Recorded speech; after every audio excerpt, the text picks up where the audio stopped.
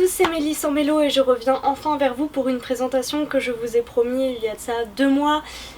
J'ai l'impression que c'est quelque chose que je répète mais le temps file et j'ai eu du mal en fait à vous faire cette vidéo que j'ai déjà faite une première fois, bon, galère de montage, tout ça, tout ça. Donc du coup voilà, c'est la fin de l'été et je vais vous présenter 2 romans que j'ai lus en tout début d'été mais dont je souhaitais vraiment vous parler. Je vais essayer de faire assez vite sur ce format de vidéo, de pas trop m'étaler sur les romans et d'aller à l'essentiel. Et si vous avez des questions plus précises ou si vous voulez échanger sur le sujet, les commentaires sont là pour ça et ça me fera très plaisir. Donc aujourd'hui je vais vous présenter 2 romans young adult que j'ai lus en début d'été. Je vous en présenterai 2 autres dans une autre vidéo et normalement j'ai des romans contemporains que j'aimerais vous présenter, dont je vous ai déjà parlé rapidement et que vous m'avez demandé, c'est-à-dire l'archipel du chien et le dernier museau, la vie secrète des écrivains. Pour l'instant on va rester sur du young adulte et je vais commencer avec Vox de Christina Dalsher que j'ai pris chez HQ, donc la version en anglais et une tranche absolument superbe. On va pas se mentir, l'objet livre a un peu m'a un peu aidé dans mon choix. Je voulais acheter un livre avant de quitter l'Irlande, c'est tombé sur celui-ci. J'ai pris une grosse claque, je pense que je peux commencer comme ça.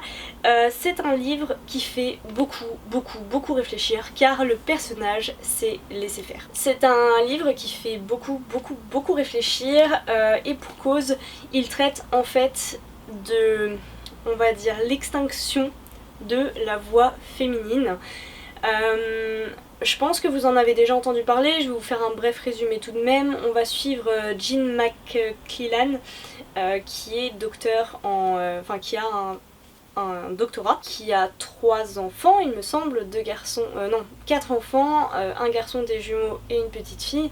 Et en fait on la retrouve à un moment où un gouvernement s'est petit à petit mis en place et a décidé que la voix des femmes, c'était ce qui mettait en péril la société et donc a tout fait pour l'éteindre petit à petit.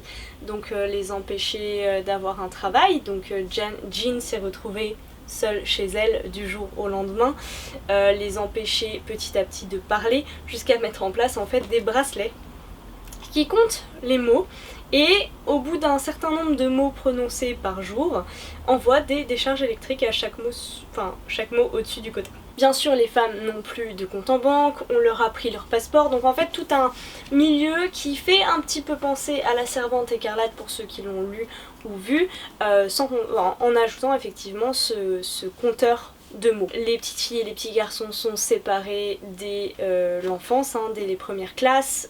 On récompense les petites filles quand elles ont 0 à leur compteur à la fin de la journée, alors que les garçons doivent faire des démonstrations aux petites filles de ce qui leur arrive si éventuellement elles dépassent leur quota de mots. Ce ne sont que des petits exemples de ce qui m'a fait lever les yeux au ciel tout au long du roman. Je me suis dit, pas dans le sens négatif, mais en lisant ce qui pouvait arriver et ce qui arrive de façon si naturelle dans ce roman, c'est très bien mis en place.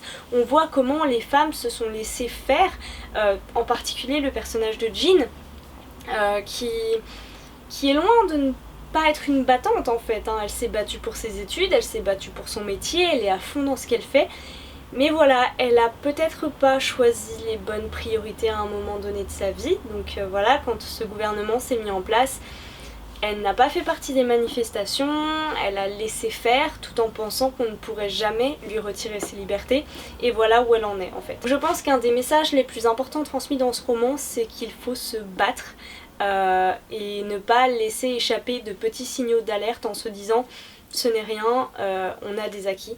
Rien n'est jamais acquis et je parle pas forcément que pour la cause féministe mais en tout cas pour cette cause-ci en particulier, rien n'est acquis. Voilà, j'ai pris une claque à plusieurs reprises, je me souviens l'avoir lu dans le train, je me souviens de moments où je disais mais c'est pas possible, c'est tellement proche de ce qui pourrait arriver, de ce qui pourrait arriver silencieusement sans qu'on le voit, alors peut-être pas au point de nous couper la voix et tout mais waouh, voilà, un gros waouh. En termes de construction, on va suivre Jean, donc à un moment où le gouvernement va devoir faire appel à elle parce que leur président ou le frère du président, je ne sais plus trop, a un gros problème, a fait un AVC je crois, et voilà, il faut travailler autour de ça.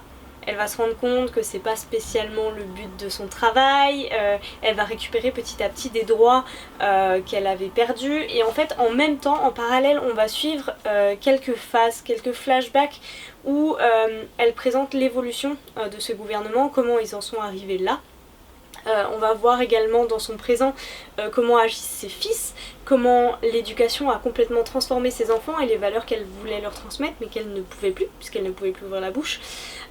On va voir aussi que derrière chaque dictature se cache une rébellion, parfois très discrète mais bien présente. Donc voilà, sur toute cette partie là, gros coup de cœur, franchement ça me hantait la nuit, hein. J'étais là... alors je ne sombre pas dans la paranoïa, mais je pense que c'est un gros message de vigilance que nous transmet ce roman, de vigilance et surtout le message de ne rien laisser passer et ne pas se laisser faire. Par contre, ce qui fait que ce roman n'est pas finalement un aussi gros coup de cœur, alors maintenant c'est sûr que a posteriori, après plusieurs mois après cette lecture, forcément je n'en garde que vraiment le positif, mais ce qui m'a vraiment dérangée et ce qui m'a empêché de vous en parler directement, c'est la fin. La fin qui m'a beaucoup déçue en fait, que j'ai trouvé trop facile, trop simple. Tout est... voilà, tout se dénoue beaucoup trop facilement avec des petits retournements de situation un peu tirés par les cheveux. Qui sont a priori pas trop en accord avec les valeurs des personnages. Voilà, je dirais que, alors je sais plus à partir de quand, hein, mais je dirais bien que peut-être la dernière centaine de pages, ouais, c'était, pour moi c'était too much. Après vous me connaissez, vous savez quel type de fin je préfère dans les romans, je vais pas vous en dire plus, sachez juste que la fin là ne m'a pas convaincue. Je pense que ce roman aurait pu avoir, enfin, vous savez, je vous ai déjà parlé de La Servante écarlate qui m'a déjà beaucoup impacté. Je pense que ce roman aurait pu avoir un impact d'autant plus fort, mais vraiment plus fort sur moi en tout cas, que La Servante écarlate, si seulement il n'y avait pas eu cette fin qui a gâché pour moi tout ce qui a pu être mis en place dans le reste du roman. C'est très dommage, cependant ça ne m'empêche absolument pas de vous le conseiller. Oui, il faut le lire, lisez-le, ça fait beaucoup réfléchir, encore une fois je le dis, lisez-le s'il vous plaît. Pour ce qui est du niveau d'anglais, il est tout à fait abordable, vraiment.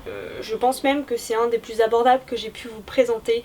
Le langage est tout à fait... enfin, c'est une écriture contemporaine adressée à du young adult, donc allez-y. Donc voilà, conclusion, une superbe idée.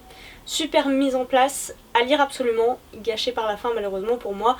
N'hésitez pas à en discuter avec moi dans les commentaires. Le deuxième roman dont j'ai envie de vous parler aujourd'hui, c'est un Gabriel Katz, le dernier, et il s'agit du Serment de l'orage.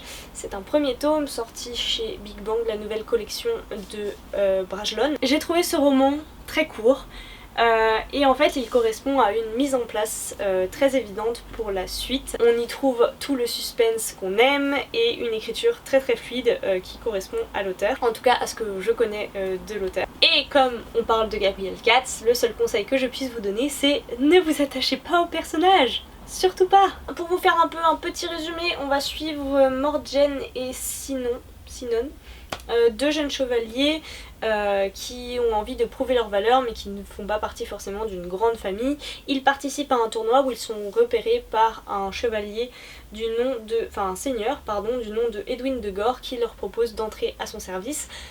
Ils se rendent tous les quatre parce qu'un autre chevalier est recruté. Ils se rendent tous les quatre dans les terres du Nord qui ont l'air un petit peu hantées. Voilà. Dans cette histoire, vous avez compris, il y a toute une grosse partie fantastique qui tourne autour d'une malédiction, d'événements dramatiques qui vont arriver dans les hautes terres où se trouvent nos chevaliers. Et il y a également une partie médiévale très bien mise en place que j'ai beaucoup aimée et qui tourne autour en particulier d'une guerre en fait qui va être menée. En ce qui concerne l'univers, j'ai adoré cette partie chevaleresque. Alors, j'ai pas lu énormément de romans qui se passent dans l'époque médiévale, mais en tout cas voilà, j'ai beaucoup aimé celui-ci, j'ai beaucoup aimé ce que j'y ai trouvé. Du côté du territoire, alors il me semble que c'est l'Angleterre, je crois, qui est dépeinte. Alors les noms ne sont pas les vrais noms des territoires, mais on les reconnaît, hein, c'est un peu ressemblant. Je crois qu'il y a une armée qui vient d'Irlande, voilà, donc vous vous y retrouverez en tout cas. Pour les personnages, vous en trouverez de toutes sortes. Il y a les personnages très intelligents, fort discret, il y a des personnages vicieux, des personnages complètement idiots aussi, il y a de vrais méchants, des méchants sans raison, des méchants avec raison, donc voilà, tout un panel représenté.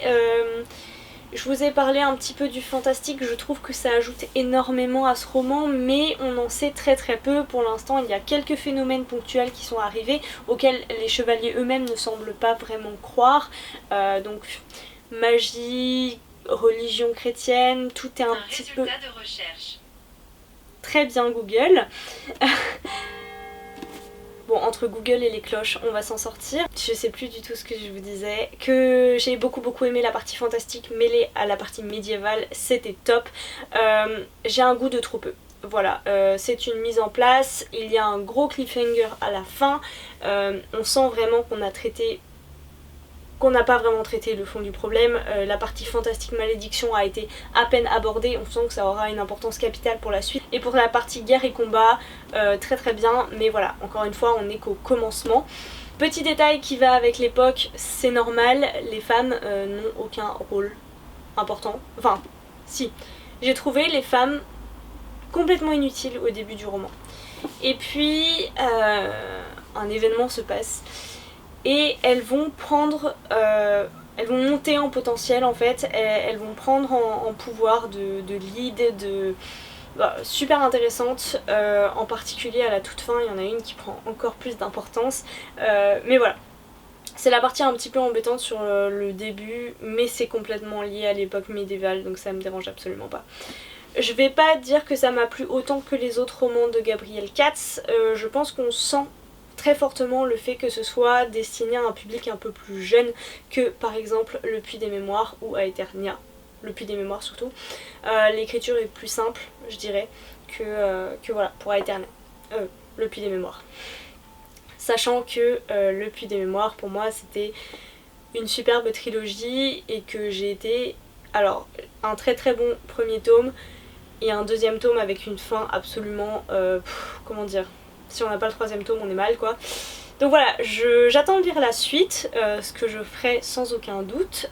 Bon premier tome, bonne mise en place, du Gabriel Katz, on aime. En plus j'ai eu l'occasion de le rencontrer à Nancy quand il est venu et il m'a dessiné une très belle dédicace, je ne sais pas si vous verrez.